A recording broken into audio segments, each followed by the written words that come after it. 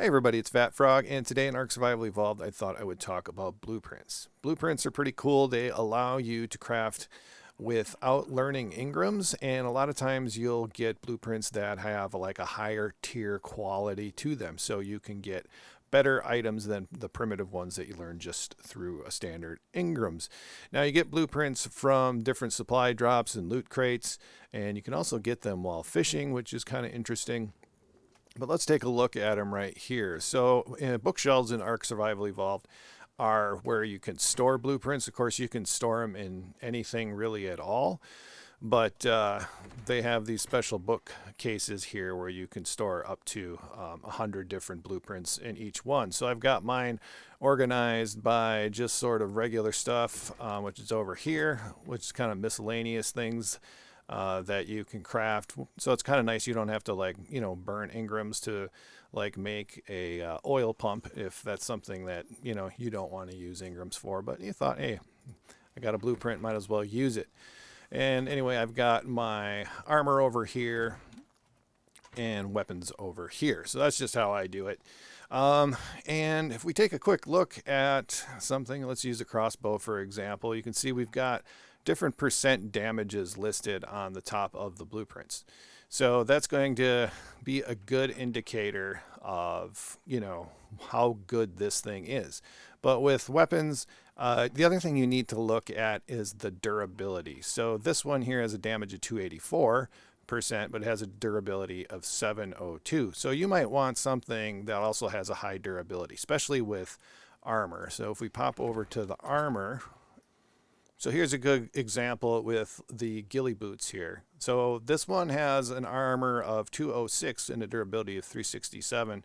And this one has 352 durability, even though it's got 246 armor. So in some things, you might want a better durability than, the armor, for instance. So that's something that you'll have to decide. And then you can also look and see what it's going to cost to craft this thing.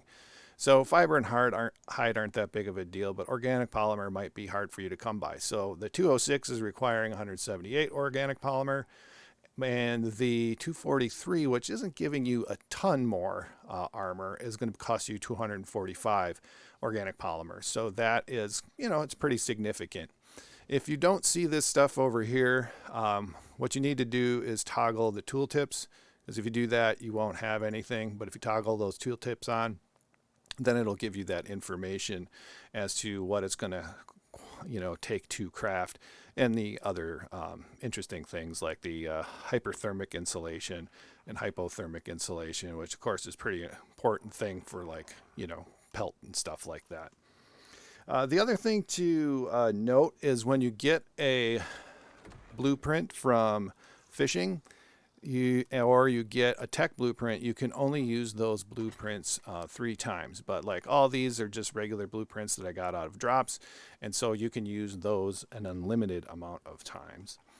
And the other thing I thought a quick talk about are the different tiers of quality. Now, it's not like 100%. Every once in a while, it seems like you can get something that's actually better quality from the less tier, especially when you get the items out of drops. But anyway, so the first one is primitive, so that's got the 100% damage.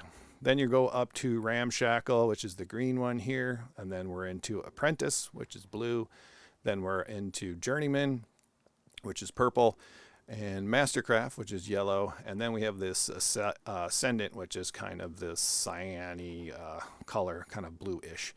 But anyway, so the ascendant stuff is the best. So that can kind of give you a good indicator of the quality without actually having to look at the numbers. That's about all there is to blueprints. They're a pretty cool feature of the game. Hope you found this helpful if you're a new player. Always love hearing from you guys in the comments section, and please leave a like and subscribe. And thanks for watching.